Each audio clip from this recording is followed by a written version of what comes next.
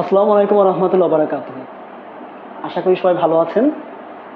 আমার আজকে যে উদ্দেশ্যে আপনাদের সামনে আসা তা হচ্ছে, আপনারা যারা 47তম বিসিএস প্রিলিমিনারিতে টিকেছেন, অর্থাৎ আপনারা যারা সেই 10,644 জন, আজকে আমি অনেক খুশি মনেই আপনাদের রিটেন প্রস্তুতি কিভাবে নেবেন তার জন্য এসেছি। আমি আজকে আপনাদেরকে 47তম, যেহেতু সময় খুবই কম, আপনারা জানেন যে মাত্র 55 দিন থেকে 60 দিন সময় আছে, অর্থাৎ নভেম্বর মাসের দ্বিতীয় সপ্তাহে না হলেও তৃতীয় সপ্তাহ বা শেষের দিকে এসে আপনাদের রিটেন পরীক্ষাটা শুরু হবে, যারা আপনারা 47তম বিসিএস রিটেন পরীক্ষা দিবেন। এখন বিষয় হচ্ছে, এই রিটেন পরীক্ষায় নানা ধরনের জিনিস নিয়ে আপনাদের কনফিউশন রয়েছে, কী ধরনের প্রশ্ন আসতে পারে, আমি সেগুলোর ব্যাখ্যা করব, তবে সেটা আজকের ভিডিওতে নয়, ইনশাল্লাহ সামনের ভিডিওতে। আজকে যে কাজগুলো করব তা হচ্ছে, আপনারা কোন রুটিনে, অর্থাৎ এই 55 দিনের জন্য কেমন রুটিনে পড়বেন এবং কি কি বই পড়বেন, মূলত সেই উদ্দেশ্যেই আমার আসা। আমি আপনারা কোন সিস্টেমেটিক্যালি, অর্থাৎ কী ধরনের সিস্টেমে আপনারা প্রস্তুতিটা নেবেন, ফাইনাল প্রস্তুতি নেবেন, সেটাও আমি অলরেডি তৈরি করেছি। কিন্তু সময় যেহেতু অনেক লেন্দি হতে পারে, আজকের ভিডিওটাই অনেক লেন্দি হতে পারে, তাই আমি আগামীকাল ইনশাল্লাহ চেষ্টা করব, বা সামনের ভিডিওতে আমি কী সিস্টেমে পড়বেন, কীভাবে আগাবেন, প্রত্যেকটা সাবজেক্ট ধরে ধরে, যে 6টা সাবজেক্ট আছে আমি সবগুলো আপনাদেরকে দেখিয়ে দেবো ইনশাআল্লাহ। তো আজকে যে কাজটা করব তা হচ্ছে, আমরা প্রথমে আপনাদের প্রস্তুতি হিসেবে, অর্থাৎ যে জিনিসগুলো আপনারা করবেন, যে বইগুলো পড়বেন, সেটাই আমি অলরেডি নোট করেছি, আমি সেগুলোই আপনাদের সামনে তুলে ধরার চেষ্টা করব। আপনাদের কাছে অনুরোধ, যারা আপনারা আমার ভিডিওটা দেখতেছেন, আপনারা জানেন যে আমার ভিডিওতে আমি কোনো ফালতু কথা বলি না, কাজের কথা ছাড়া। তো আলহামদুলিল্লাহ, যারা এখন আমার এই ভিডিওটা দেখতেছেন, তারা অনুরোধ থাকবে তাদের প্রতি আমার, আপনারা অবশ্যই একটা খাতা কলম নিয়ে এখানেই পজ করে দেন, খাতা কলমটা নিয়ে আসেন, খাতা কলমটা নিয়ে এসে বসেন। আর ভিডিও শেষে যে রুটিনে পড়বেন সেই রুটিনটা আমি আপনাদেরকে দিয়ে দিব, অবশ্যই আপনারা ফলো করবেন। আমি রুটিনটা 1 মাসের রুটিন দিব, ওই 1টা মাস আপনারা এইভাবে পড়বেন এবং বাকি 1টা মাস আপনারা আপনাদের মতো করে যে সমস্যাগুলো আছে সেগুলো সলভ প্লাস আপনাদের রুটিনে পড়বেন, তাতে আপনাদের সুবিধা হবে। অর্থাৎ যেহেতু 55 দিন বা 2 মাস, আমি সেই হিসেবে আপনাদের জন্য রুটিনটা করেছি। তো খাতা কলম নিয়ে এসে অবশ্যই বসেন। আমি যে কাজটা করবো, আপনারা অলরেডি দেখলে বুঝতে পারবেন, আমি অলরেডি আপনাদের জন্য অনেক কিছু করেছি। এখানে আমি অনেক কাজ করেছি, তো এগুলো একটা ভিডিওতে দেওয়া সম্ভব না, অনেক ধরনের কাজ আমি করেছি, আরও করব, তাই আমি 2টা ভিডিও করব। তো কাজের কথায় আসি। দেখুন, আপনারা যে কাজটা করবেন, আপনাদের প্রথম যে কাজটা তা হচ্ছে, কি কি বই পড়বেন, কোন কোন বিষয়ের জন্য। শুরু করুন, লেখা শুরু করুন বা নোট করা শুরু করুন, যে যেভাবে পারেন। এই জাস্ট একটা কথা, এই মানে যে বইগুলো আপনারা পড়বেন, এটা পড়ার জন্য আমি সাহায্য নিয়েছি। আমি নিজে কীভাবে 40তম বিসিএস রিটেন দিয়েছি এবং আমার বাকি ক্যাডার বন্ধুরা, তারা 35 থেকে 41-42 পর্যন্ত যারা পরীক্ষা দিয়েছে বা 41 পর্যন্ত যারা পরীক্ষা দিয়েছে, তাদের সাহায্য নিয়েছি। এবং আমি যাদের অনলাইনে যেসব যারা ক্যাডার আছেন, যাদের আমি ফলো করি, যাদের উপদেশগুলো আমারও নিজেরও খুব ভালো লাগে, আমি তাদেরটাও এখানে নিয়ে একসাথে করে একটা লিস্ট আমি তৈরি করেছি, যেটা আপনাদের উপকার আসবে। আমার বিশ্বাস, এর বাইরে আপনাদের আর কোনো বই পড়তে হবে না, প্লাস কোনো প্রিপারেশন নিতেও হবে না। তো প্রথমেই আসি বাংলা টপিকের উপরে। এখন বাংলাতে আপনারা কি কি করবেন? বাংলাতে ব্যাকরণ ও নির্মিতি, এই নির্মিতি এবং ব্যাকরণের জন্য আপনারা করবেন হচ্ছে অ্যাসিউরেন্স লিখিত যে গাইডটা আছে বাংলার জন্য, সেটি নাম্বার 1। এরপরে সাহিত্য অংশ এবং গ্রন্থ সমালোচনা যে অংশটি আছে তার জন্য পড়বেন হচ্ছে শিকড়, অর্থাৎ মহসিনা নাজিলা ম্যাডাম, ওনার শিকড়ের যে বইটা আছে, অর্থাৎ শিকড় বইটা, এটা পড়বেন, এটা বেস্ট হবে। এর বাইরে আর অন্য কোনো বই পড়তে যেন না, এটাই পড়েন। আর বাংলা লিখিত গাইড হিসেবে অ্যাসিউরেন্স বেস্ট। এবার আসেন ইংরেজিতে কি করবেন। নাম্বার 1 হচ্ছে গ্রামার, লেটার, এসে, এগুলোর জন্য অ্যাসিউরেন্স ইংলিশ গাইড আপনারা পড়বেন। ওকে।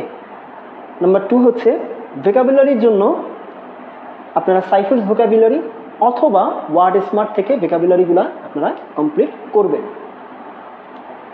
3 নম্বর হচ্ছে ট্রান্সলেশনের জন্য কি করবেন। ট্রান্সলেশন পার্টের জন্য প্রফেসরসের যে ইংরেজি লিখিত গাইডটা আছে, সেখান থেকে ট্রান্সলেশনগুলো মাস্ট দেখবেন। প্রফেসরের ইংরেজি ট্রান্সলেশনটা বেস্ট, আমি যখন পড়েছি প্লাস বাকিদেরও রিভিউ নিয়েছি, তারাও সেম কথাই বলেছে। এটা গেল। আমি অলরেডি ছবিগুলো দিয়ে দিচ্ছি, আপনারা দেখতে পাবেন, ভিডিওতে থাকতেছে যে বইগুলা দেখতে কেমন। ওকে, গেল। এরপরে আপনারা আসেন বাংলাদেশ বিষয়গুলিতে। বাংলাদেশ বিষয়গুলির জন্য অ্যাসুরেন্স যে লিখিত গাইডটা আছে বাংলাদেশ বিষয়গুলির পরে, এটা হচ্ছে বেস্ট অফ দ্য বেস্ট। বুঝতে পেরেছেন? মানে সেরার থেকে সেরা বা সেরাদের সেরা, এর থেকে আর ভালো বই বাজারে নাই। ওকে, আমি কোনো অ্যাসুরেন্স কোম্পানির প্রচার প্রচারণে আসিনি, যেটা সত্য সেটা বললাম। এবার আসুন 2 নম্বর, সংবিধানের জন্য কি করবেন। সংবিধানের জন্য আরিফ খান সাহেবের যে সংবিধান বইটা আছে এটা পড়বেন। 3 নম্বরে আছে অর্থনৈতিক সমীক্ষা, এটি অর্থাৎ 2025-এর যে অর্থনৈতিক সমীক্ষাটা আছে এই বইটা আপনারা বই হিসাবেও পাবেন, বা আপনারা মন্ত্রণালয় যে বইটা দিয়েছে বা যেটা কপি প্রচার করেছে সেটা আপনারা সেখান থেকেও দেখতে পারেন। এরপর হচ্ছে 4 নম্বরটা যেটা, সেটা হচ্ছে প্রফেসর্স থেকে, অর্থাৎ প্রফেসর্সের যে বাংলাদেশ বিষয়গুলি বইটা আছে সেখান থেকে আপনারা ভূগোল অংশটা বেস্ট পাবেন। অর্থাৎ অ্যাসুরেন্স বইটা বেস্ট আমি মানি, বাট ভূগোলের যে অংশটুকু আছে এটা প্রফেসর্সে খুব সুন্দর করে ছবি সহ এবং ভালোভাবেই বোঝানো আছে। এটা আমি পার্সোনালি এই কাজটা করেছিলাম বলে এটা আমার জায়গা থেকে আমি আপনাদেরকে বললাম। এটা গেল। এবার আসেন আন্তর্জাতিক বিষয়গুলি, এটা কি করবেন।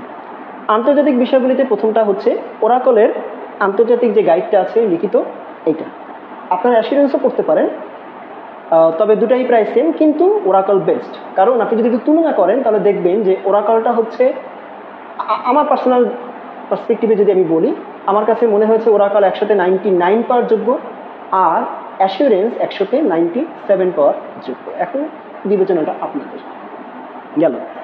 এরপরে আছে 2 নম্বরে মেন্স, অর্থাৎ মেন্স যেটা অর্থাৎ বেকার্স পাবলিকেশনের যে কারেন্ট অ্যাফেয়ার্সের মতো যে বইটা, এই বইটা অবশ্যই পড়বেন। তাতে আপনাদের মাসিক যে রিসেন্ট যে তথ্যগুলো এগুলো আছে এগুলো আপনারা এখানে পেয়ে যাবেন। এটা আপনাদেরকে প্রবলেম সলভিং যে বা ইথিক্যাল যে এমপিরিক্যাল যে ইস্যুগুলো আছে আপনাদের বি এবং সি সেকশন, অর্থাৎ এমপিরিক্যাল বি সেকশন আর প্রবলেম সলভিং যে বিষয়টা আছে সেটা সি সেকশনে, এই সেকশনগুলোতে এই জিনিসটা আপনাদেরকে অনেক হেল্প করবে। এই মেন্সের এই বইটা, এটা বেকার্স পাবলিকেশন, এটার সাথে আপনারা হয়তো পরিচিত না, যারা পরিচিত না আমি অলরেডি ছবি দিয়ে দিচ্ছি, আপনারা দেখলে বুঝতে পারবেন। এরপর আছে ফিচারগুলোর জন্য, অর্থাৎ যে ফিচারগুলো আপনাদের লিখতে হবে, অর্থাৎ নাম্বার 1 এর জন্য, অর্থাৎ সেকশন এ এর জন্য, এই ফিচারগুলোর জন্য প্রফেসর্সের যে 12 মাসের যে বইগুলা, অর্থাৎ প্রফেসর্সের যে 12 মাসের যে কারেন্ট অ্যাফেয়ার্সগুলা রিসেন্ট, অর্থাৎ 2024 এবং 2025 বা 24-এর মাঝামাঝি থেকে 2025-এর এই নভেম্বর পর্যন্ত যতগুলো আছে, এইগুলো থেকে যতগুলো ফিচার বাংলাতে এবং ইংলিশে তারা দিয়েছে সবগুলো ফিচার পড়বেন, প্লাস সেখান থেকে শর্ট নোট যেগুলো আছে এগুলো মাস্ট পড়বেন। মনে থাকবে আপনাদের? আবারও বলতেছি, ফিচারগুলো বাংলা এবং ইংলিশ প্লাস শর্ট নোটসগুলো কারেন্ট অ্যাফেয়ার্সের মাস্ট, এগুলো পড়তে হবে, এগুলো থেকে আপনাদেরকে লিখতে আসবে। এবার আসেন বিজ্ঞানে। বিজ্ঞানটা আপনাদের জন্য অ্যাসুরেন্সের যে বিজ্ঞান বইটা আছে লিখিত গাইড, এটা বেস্ট হবে। এখানে আপনি ছবিগুলো খুব সুন্দর করে পাবেন। ওকে, এই অ্যাসুরেন্স বইটাতে। আর হচ্ছে easy computer number 2, easy computer বই, অর্থাৎ যেটা কম্পিউটার ও তথ্য প্রযুক্তির জন্য আপনাদের কাজে লাগবে। যদিও এটা প্রিলিমিনারি বই, বাট সেখানে কিন্তু খুব সুন্দর করে ব্যাখ্যা সহকারে দেওয়া আছে। আপনারা প্রশ্নগুলো যদি পান, প্রশ্নগুলো তো আপনার যখন আপনি অ্যাসুরেন্স বিজ্ঞান ও প্রযুক্তি গাইড কিনতেছেন তখন তো প্রশ্নগুলো পাচ্ছেন, বাট ওই যে অ্যান্সারগুলো সেটা আপনি এই ইজি কম্পিউটার বইয়ের যে অ্যান্সারগুলো আছে বা ব্যাখ্যাগুলো আছে সেখান থেকে খুব সুন্দরভাবে পেতে পারেন। যদিও এটা প্রিলির জন্য বেস্ট। আচ্ছা, এবার আসি গাণিতিক যুক্তি ও মানসিক দক্ষতা। নাম্বার 1 হচ্ছে এটার জন্য 9 এবং 10-এর যে বইটা আছে, অর্থাৎ এনসিটিভির যে বইটা আছে সাধারণ গণিত, এই বইয়ের থেকে আপনারা সবই পড়বেন। বিশেষ করে ত্রিকোণমিতি অংশ যেটা আছে, এই ত্রিকোণমিতি অংশটা বেস্ট, এখান থেকে ম্যাক্সিমাম টাইমে এখান থেকেই দেওয়া হয়, হুবহু তুলে দেওয়া হয়। বুঝতে পেরেছেন? এরপরে নাম্বার 2-তে যেটা, সেটা হচ্ছে খায়রুলস ম্যাথ।